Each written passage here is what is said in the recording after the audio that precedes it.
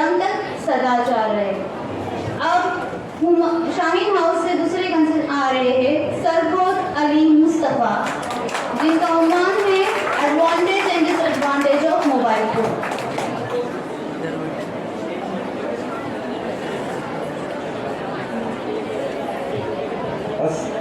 Honorable dignitaries, respected principal, beloved teachers, and all my dear friends. Assalamu alaikum wa rahmatullahi wa barakatuh. As a teenager, I am very fond of mobile.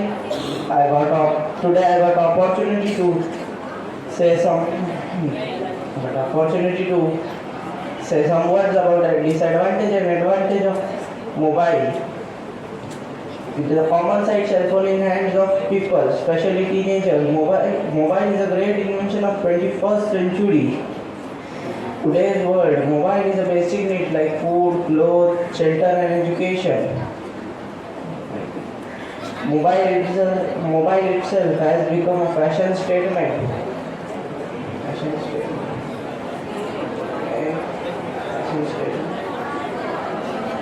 Where is the brand? Postpaid handset, color, accessories reflect the personality of the owner. With a mobile, we are able to instant contact.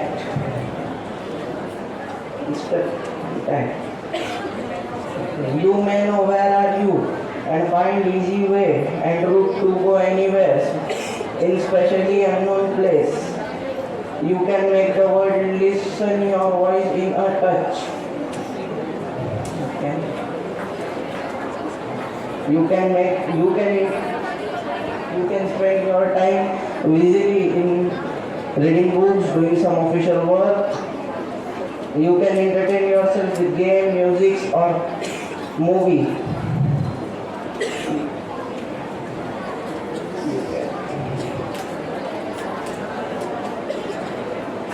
अस्सलाम वालेकुम।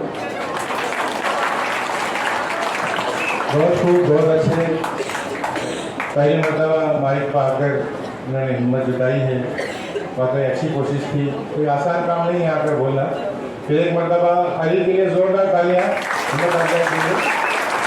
Shaheen house से Huma house से आ रही है हजवान आयशा जुबैर, जिनका उन्वान है mobile के फ़ायदे और नुकसान।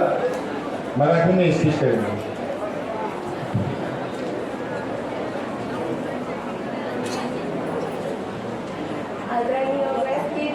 प्रमुख पाहुणे, इथे उपस्थित शिक्षक व शिक्षिका आणि माझे बंधू भगिनींनो, अस्सलामु अलैकुम रहमतुल्लाहि बरकातुह। जग किती ॲडव्हान्स झाले, मोबाईलच्या दुनियात सारंच कसं फॉरवर्ड झाले। सकाळी उठल्यापासून ते रात्री झोपेपर्यंत आयुष्य आता ऑनलाईन कॉपी पेस्ट झाले। आज आपण आपल्या आजूबाजूला फक्त नजर फिरवली तर आपल्याला दिसत येईल की लहान मुलांपासून म्हाताऱ्या माणसापर्यंत सर्वजण मोबाईल घेऊन बसलेले असतात। मोबाईल फोनचे फायदे आणि तोटे हे समजणे या आजच्या पिढीला खूप महत्त्वाचे आहे। विनाकारण मुलांना मोबाईलचा अतिरिक्त वेळ लागला आहे। मित्रांनो, माझ्या भाषणाचा जो विषय आहे तो आहे मोबाईल फोनचे फायदे आणि तोटे। मित्रांनो, मोबाईल फोनचे खूप फायदे आहेत। मोबाईल फोन हे एक प्रकारचा उपयुक्त यंत्र आहे। आपल्या रोजच्या जीवनात विविध मार्गांनी मोबाईलचा वापर आपल्याला होतो।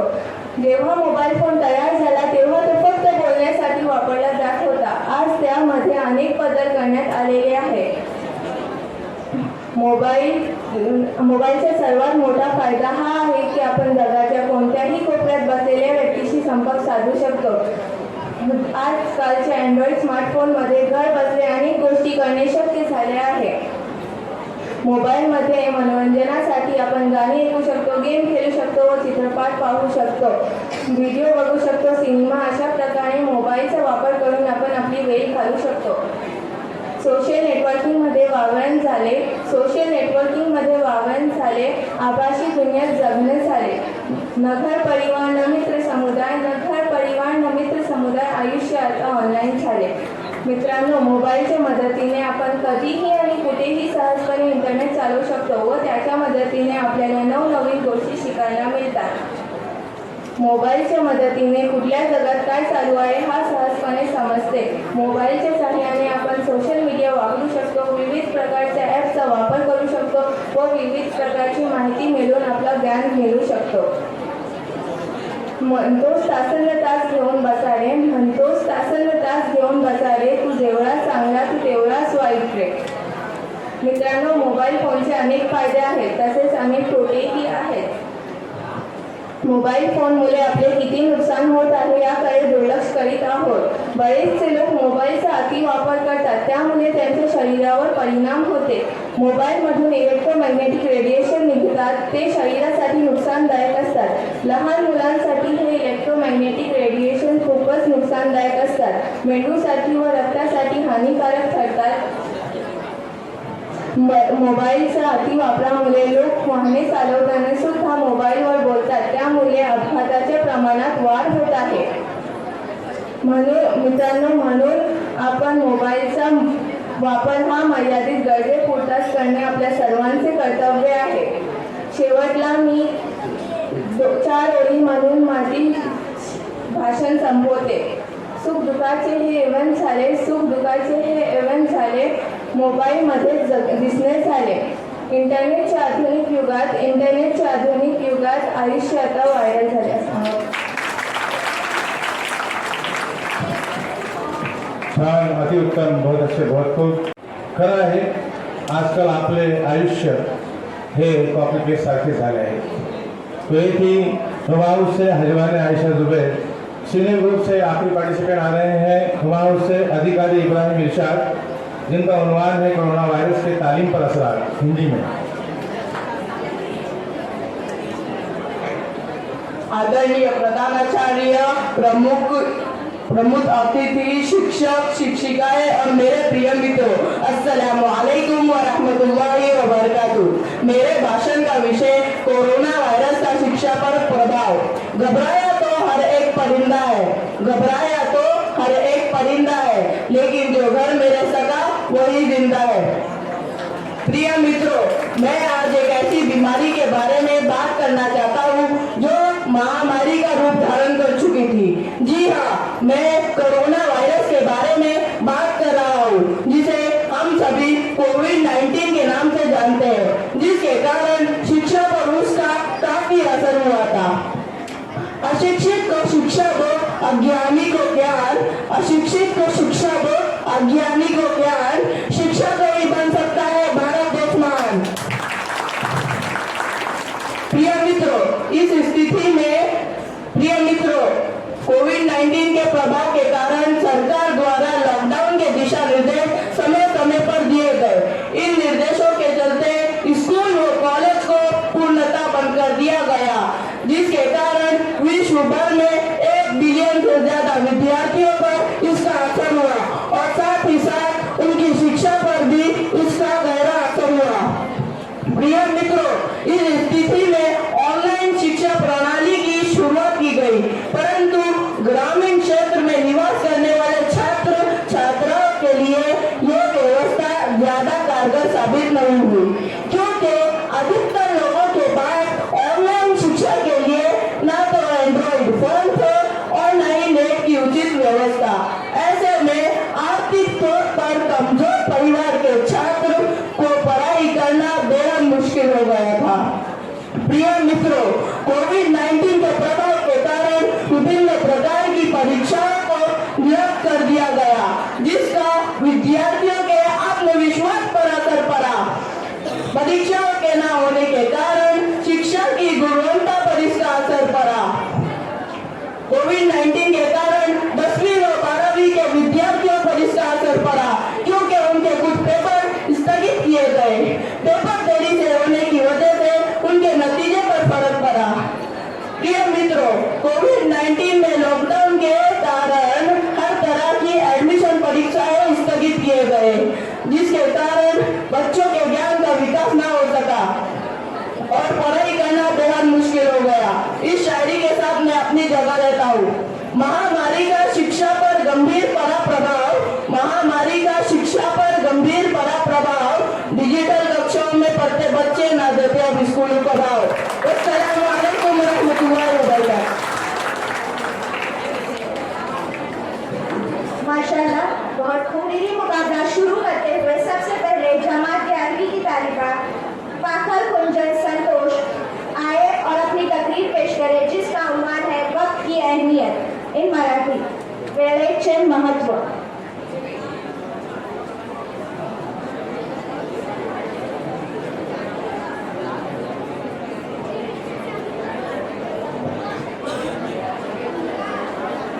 नमस्कार अध्यक्ष महोदय, पूज्य गुरुजन वर्ग आणि इथे बसलेल्या माझ्या छोट्या मोठ्या बालमित्रांनो, आज मी तुम्हाला वेळेचे महत्त्व याबद्दल काही 2 शब्द सांगणार आहे. ते तुम्ही शांत चित्तेने ऐका अशी माझी नम्र विनंती.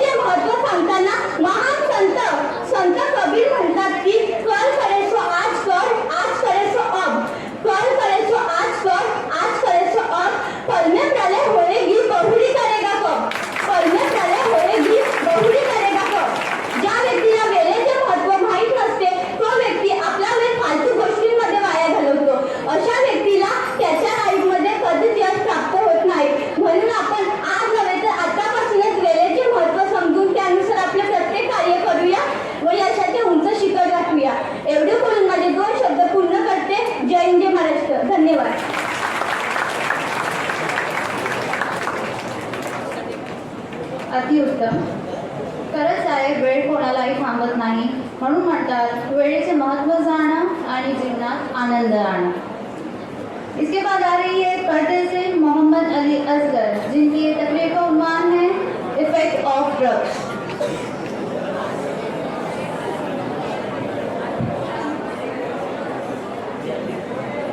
अस्सलाम वालेकुम व रहमतुल्लाहि व बरकातुहू। Honorable dignitaries, respected principal, teachers and my dear friends, good afternoon to all of you.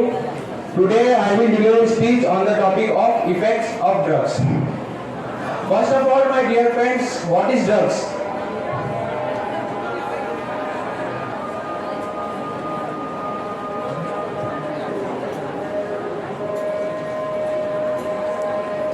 My friends, remember one thing, that drugs, manshiyat, is not the answer to your problems. It just makes you forget the question. There are 7 major factors that can affect human health due to drugs. Number 1, you are away from worshipping of your Lord. Number 2, your age. Number 3, your gender. Number 4, your self-control. Number 5, your metabolism level. Number 6, your career. And number 7, your appearance also. And why our Sharia prohibited these drugs? Because the person who is addicted to drugs, manshiyat, he not differentiate between his daughter, wife, sister and mother also. Because he is totally lose his brain and self-control. And some people said that they consume less amount of intoxicants, they are not addicted to it. But Prophet Muhammad sallallahu alaihi wasallam said that जिस चीज के ज्यादा लेने से नशा होता हो उसका कम भी हराम है। At the end of the speech, I will pray to Allah for the implement of Ummah Muslimah and protection of drugs. Assalamu alaikum wa rahmatullahi wa barakatuh.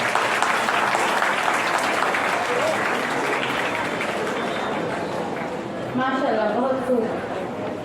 Addiction is like a curse. Addiction is like a curse, and until it is broken, its victim will perpetually remain in the shackles of bondage. इसके बाद आ रहे हैं रणबीर फैज शाहिद, जिनका उन्वान है वक्त की अहमियत।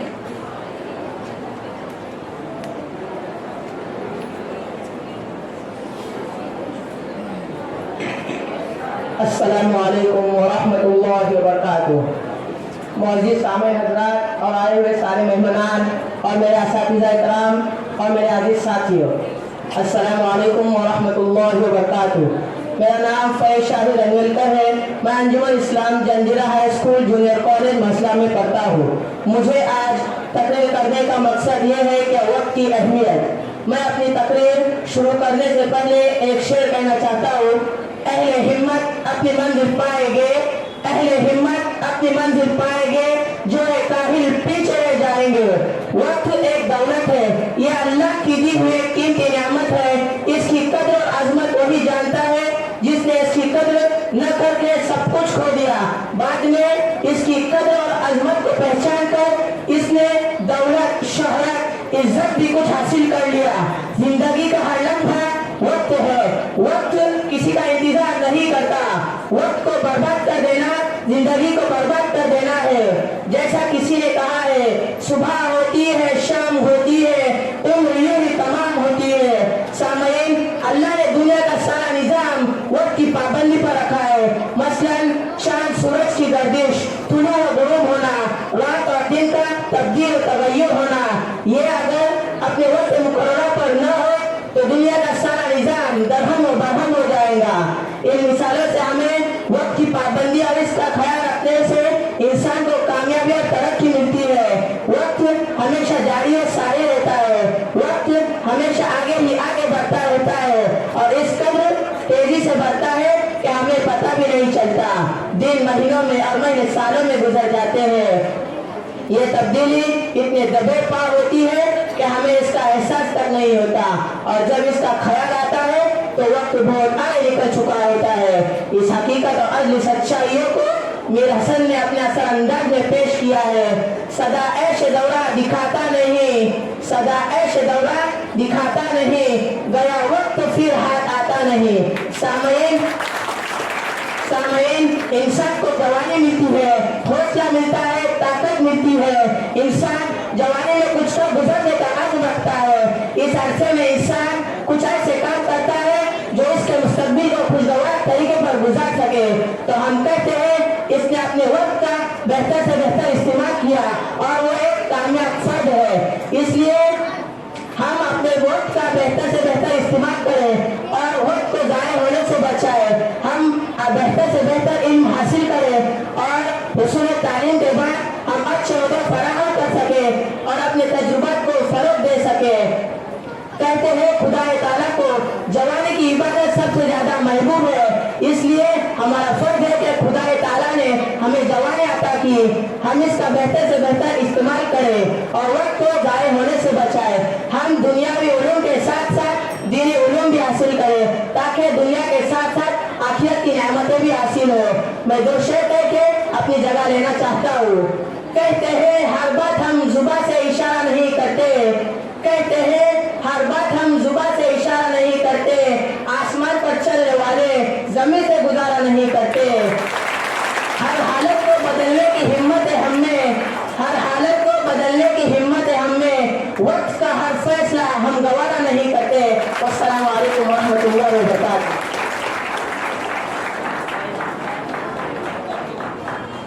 माशाल्लाह, बहुत खूब। सदादौर दौरा दिखाता नहीं, सदादौर दौरा दिखाता नहीं, गया वक्त फिर आता नहीं। इसके बाद आ रहे हैं खान निहा हुमायूं, जिनकी तकरीर का उन्वान है समय का सदुपयोग।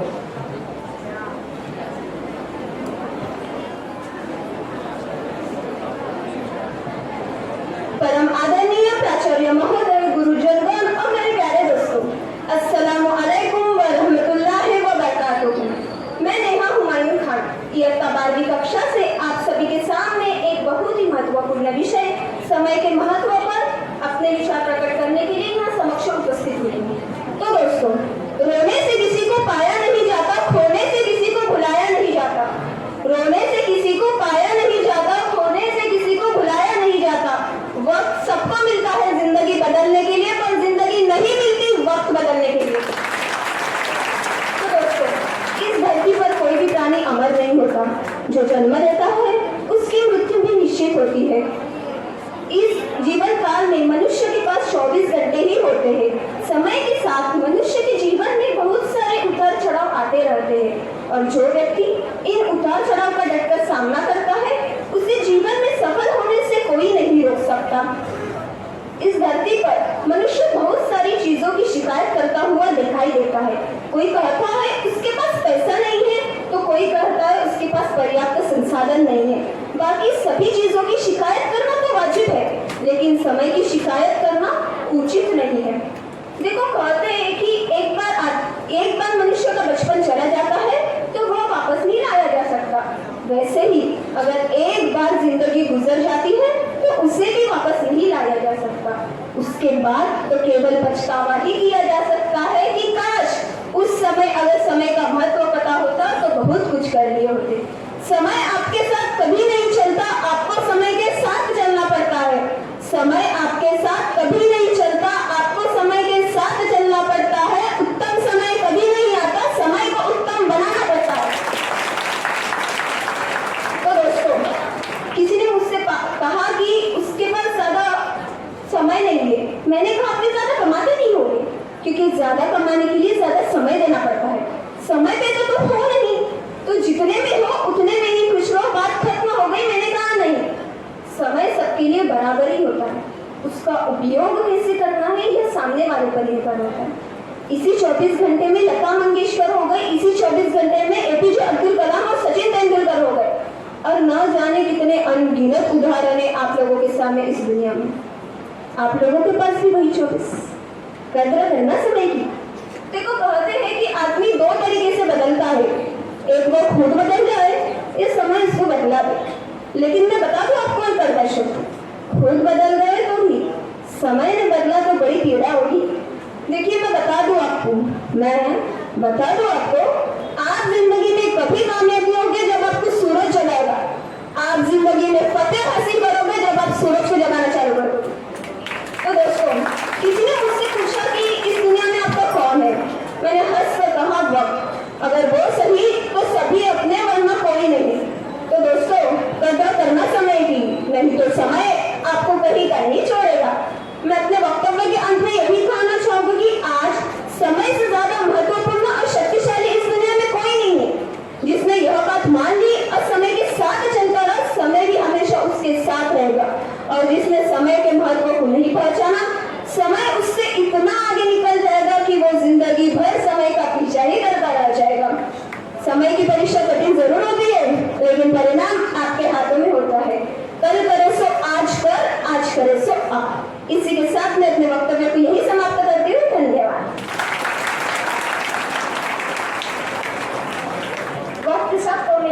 जिंदगी